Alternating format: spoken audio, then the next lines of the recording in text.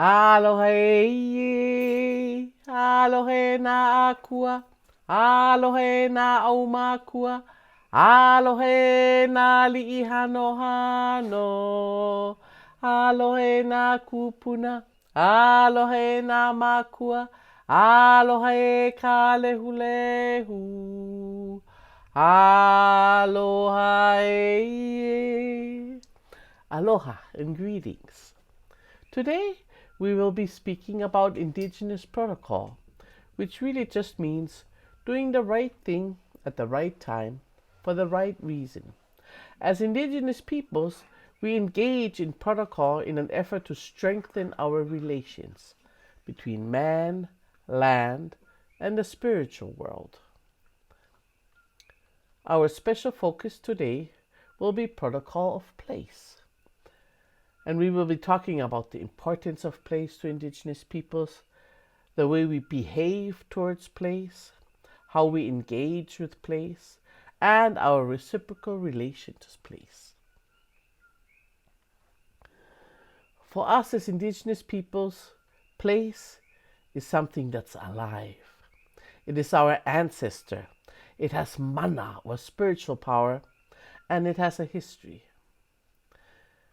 And so wherever we go, we respect place at all times.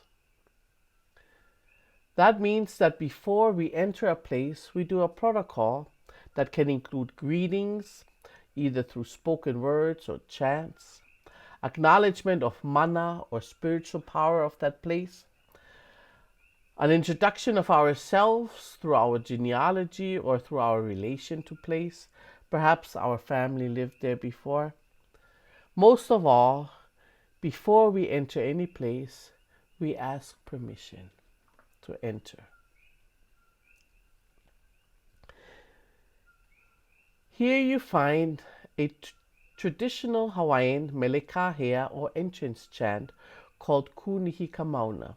This chant was composed thousands of years ago during an epic journey of a young girl named Hi'iaka Ikapoliopele as she traveled across the island chain to fetch her sister's lover. Whenever you see a star on the slide, please go to your resource section where you can listen to this chant being performed by several young Hawaiians. As you can see, the chant doesn't specifically say, "I want to come inside." It hides this information in the metaphors. It praises the beauty of the place that the chanter is looking at, and then simply requests, don't withhold the voice. It takes little to respond. In other words, don't deny me entry. Respond to my chant and allow me to enter. And this would be the traditional entry chant or the answer, where the person who is being chanted to invites the guest to come in, sharing his voice. One thing that is very important anytime we go to a traditional or a sacred or an indigenous place that is special to the people that live there, our engagement needs to be reciprocal. We can bring a chant as a gift to a place. We can give offerings as a gift to a place. Just please make sure that they're biodegradable. Don't leave a can of beer or anything else that is not biodegradable as an offering in the forest or near the ocean.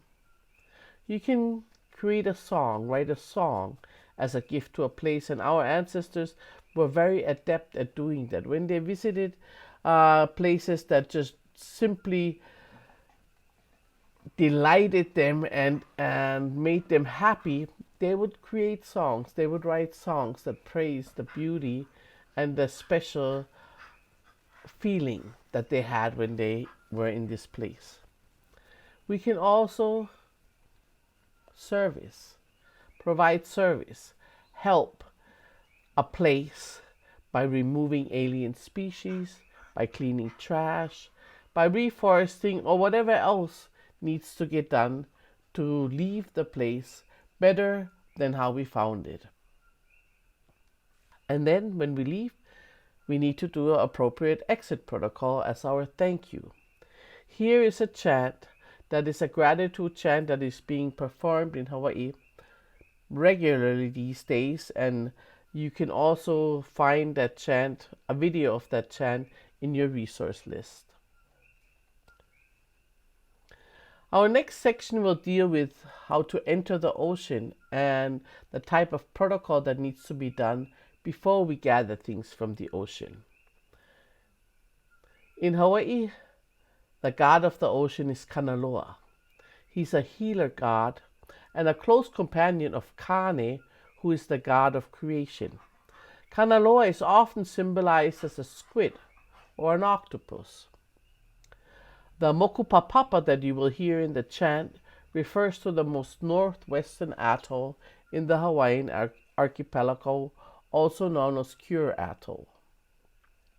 Here you see the northwestern part of the Hawaiian archipelago above the islands that are well known, starting from Hawaii Island, the island that I reside, all the way up to Ni'ihau are our inhabited islands, and from there on there are another 1,000 miles or so of uninhabited islands that are part of a marine national monument called Papahanaumokuakea. Now, in order for researchers to gather things there to study, they have to do a specific protocol or ceremony. And the one that I will share with you is specific for the ROV deep dives for the purpose of gathering what we call kino lau, which means many forms, referring to plants and animals that are really the body forms of our gods, in order to obtain knowledge and to research solutions for the realities that are facing our world today. Now, this ceremony is the minimal reciprocation allowed. If possible, ROV deep divers should also reciprocate in another manner. The basic rules are that the permission chant has to be done by every individual that gathers materials, and they have to do that chant themselves. No proctor is allowed. In addition, the permission chant has to also be done by individuals who are working with these kino lau in the laboratory, for example. And then a release chant or a thank you has to be done when the researchers leave the site, and that has to be done by everyone. So here is the asking permission chant, a Kanaloa Hauna Vela, that was composed by Hui Hui Kanahele Mossman. It speaks about Kanaloa, the foundational element of the dark blue place of the sperm whale, which is also a body form of Kanaloa. A small piece for me. So the research is only going to collect a little bit so that I can receive the knowledge of the deep in order to confirm the diversity of Kanaloa, life to the waters of Kanaloa. And then, when the gathering of the materials is complete, the researcher offers a release chant as a sort of a thank you without actually saying it. The purpose of this release chant is for the gatherer or the researcher to break away from the endeavor and move on to the next task. This chant should be done as many times as necessary until the gatherer or researcher feels that they have released themselves. This chant as well needs to be done by everyone. The chant is called Mailalo Kamoana O'o and is also composed by Hui Hui Kanahele Mossman. From the bottom where the ocean is modeled, the polyps come forth. that I might gather the intelligence to that which floats on the surface of Mokupapapa. Long live the waters of Kanaloa. Now let's go to Australia, home of its Aboriginal residents for over 60,000 years. Now, obviously, there are many Aboriginal sacred sites, sites that have special significance for the Aboriginal people and their traditions. They can be features of the landscape like rocks, rivers, trees, hills, waterholes, rivers. They could be as small as a rock or as large as a mountain range. Often these sacred places are connected with dreaming or creation stories.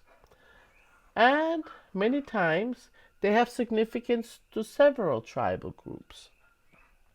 Sacred places can also be ceremonial grounds, rock art galleries, or pigment deposits used for cultural practices. According to the Aboriginal Land Rights Act, a sacred site is any site that is sacred to Aboriginals or is otherwise of significance according to Aboriginal tradition. It includes land that under a law of the Northern Territory is declared to be sacred to Aboriginals or of significance according to Aboriginal tradition. The living culture of Aboriginal Australians is intrinsically linked with their sacred sites, and protection of these sites ensures not just the well-being of the Aboriginal people, but also the well-being of the country and the wider community. And while local custodians are traditionally responsible for the protection of these sacred sites, now, finally, Australian law also provides for their safeguarding. Another very common tradition in Australia, in Aotearoa, New Zealand, and as well as among Native Americans, as our readings show and our videos show, acknowledgement of country is a very important aspect. So when we speak to an Aboriginal audience, we always try to acknowledge and pay respect to the traditional owners and the ongoing custodians of the land, the Aboriginal and Torres Strait Islander people. And such acknowledgements are generally made at the commencement of an event, like a meeting, a speech, or a formal occasion. And they can be made by anybody, Indigenous and non-Indigenous. When possible, they will highlight the unique position of Aboriginal and Torres Strait Islanders in Australian culture and history. Here is such a general acknowledgement. We acknowledge the traditional owners of country throughout Australia and recognize their continuing connection to land, waters, and culture. We pay our respects to the elders, past, present, and ongoing. And if you know the name of the group of traditional owners on the land on which you are meeting, then you should acknowledge them directly. So today we looked at the relation of Indigenous peoples to place. And as a result, I hope you understand a little bit more the importance of place for Indigenous peoples and how to engage in appropriate behavior when you are on Indigenous lands. For us, we connect intimately to place and practice reciprocal relations with place. And so for us, place is alive, place is our ancestor, place is who we are. Mahalo e, mahalo e ka lehu lehu, mahalo e nā makua, mahalo e nā kupuna, mahalo e nā li'i hano hano, mahalo e nā au makua, mahalo e nā akua, Mahalo e